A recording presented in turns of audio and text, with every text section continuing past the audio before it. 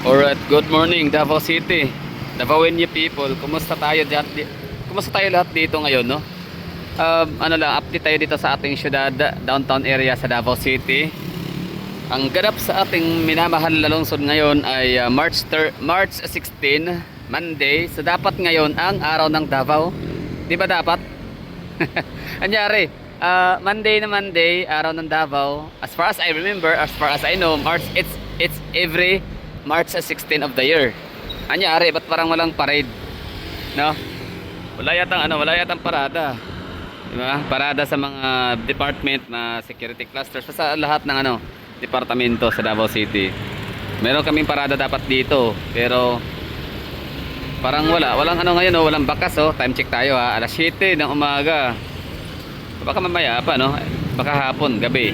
Anyway, yun layuan na natin ngayon, video, anong meron dito sa ating topic or anong meron sa ating vlog. So ito lang, Davao City, latest event, latest update, latest na ganap dito early as alas 7 ng umaga, the March 16. So it's 89th araw ng Davao. Oo, it's 89th araw ng Davao. Walang masyadong ganap, parang wala tayong nakikita dito mga mga CTTMO. Walang close na nangyari, walang pagsarado, no?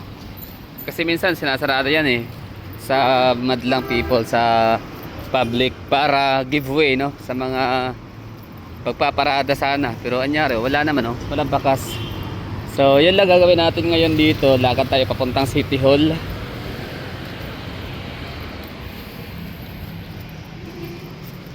Diba, no? Walang bakas, lahat ng mga kalye open.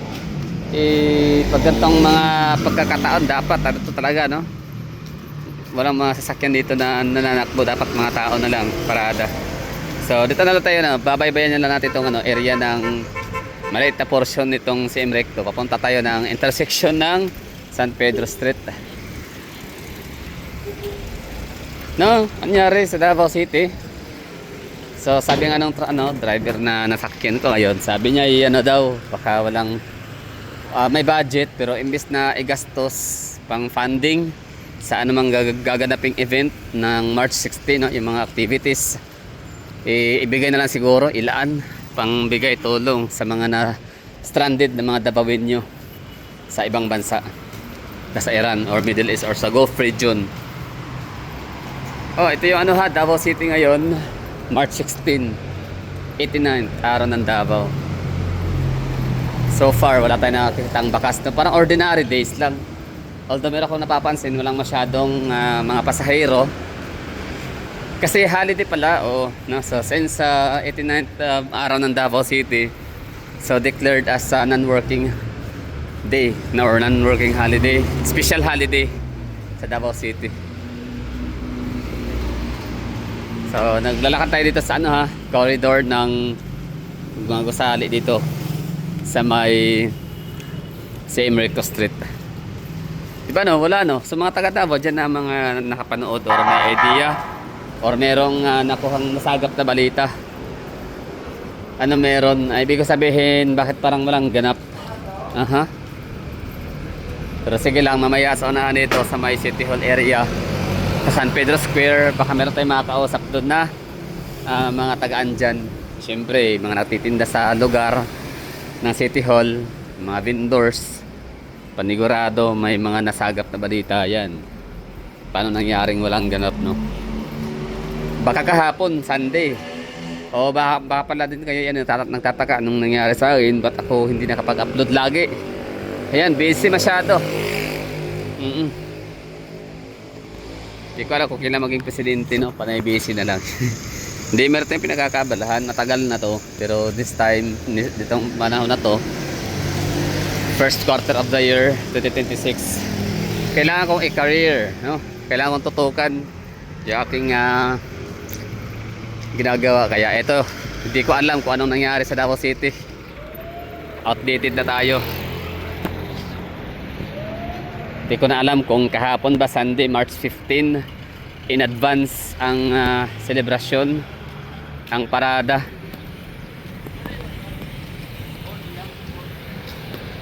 O baka bukas pa 17, no?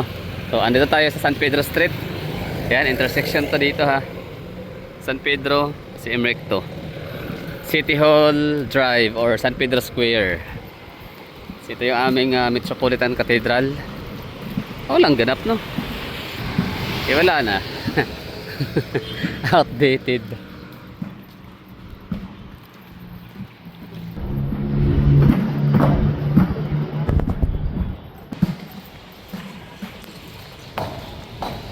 Ito yung ano namin, simbahan dito, San Pedro Cathedral or Metropolitan Cathedral namin. Mukhang ano siya, mosque, no? Ang kanyang ano, design, itsura, parang mosque. Oh, dito na, Davao City na tayo eh. Davao City. Ako baga ano na tayo sa pinaka heart of the city, no? Sa 0 kilometer of Davao City, City Hall Drive. Okay, no? So wala pa rin tayo nakausap ng mga tagaan dito. Pero ako meron akong ano, parang naisip na maaaring sagot sa aking katanungan. Baka siguro mamaya pang hapon ang celebration, no? Mamaya pang hapon gagawin yung parada hanggang sa gabi.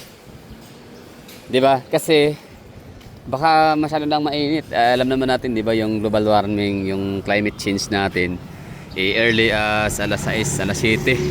Wala na, sobrang nang sakit sa balat yung init. Siguro kasi kapag kaparada dito abot talaga ng alas 12. So baka mamaya pa ng hapon, gabi. So yun po yung ano natin ha, yung vlog dito sa Davao City ngayon. As you can see, walang tao na namamasyal, walang pagsara ng mga kalye, ng mga main roads, ng mga streets na makikita natin dito sa City Square, San Pedro Square. Di ba? Walang kabakas-bakas. Ano nangyari?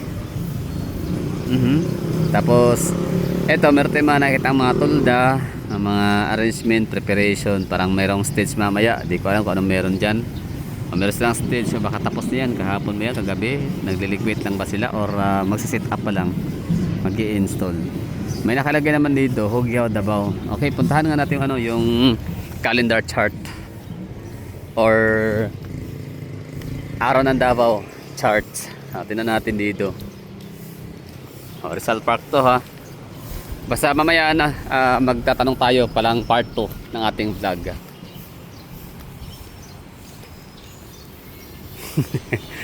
Di na updated, sorry. Araw ng Davao. Asan na yung 16 dito? Araw ng Davao sa distrito. March 9, March 11 and March 16. Yan, ito yung tinutukoy ko, yan o. March 11 and 16. Ano to, per barangay na ba ang celebration? Hindi na dito sa pinaka heart of the city. Dito, Mutya ng Davao kagabi. The interview rounds alas 3 ng hapon sa Santa Lucia Mall. Walang ano, 16. Nangyari. Yan lang, no? Isa lang yung March 16, no? Anyway, sila siguro. Maraming thank you sa mga nanonood. Wait lang, baka meron sa 17 na ginawa. Pula naman, no? 17, 18, araw ng Davao Distrito. Okay. Wala na, wala. Talagang update, ano na ako, outdated, di ba? Or hindi na ako updated kasi may nakalagay dito. Tingnan natin na yung pinakahulihan. Yan. So that's March 28, parada Davaoenyo. Yun na yun. Rojas to San Pedro Square. Alright, so questions answered na. So thank you for watching. Pinuntahan lang natin yung ano, ang San Pedro Square ngayon at tinignan na, nakala ko talaga no, may ganap na parada Davaoenyo. Yun pala wala na. Kasi sa 28 pa pala. And yun na yung tatanong natin sa mga taga rito kung bakit sa March 28 ano nangyari, bakit binago, bakit in-extend or in-adjust, and para saan naman itong mga naka-install dito na or naka-set up. Ano to, ready to install mamaya o tatanggalin na to dito?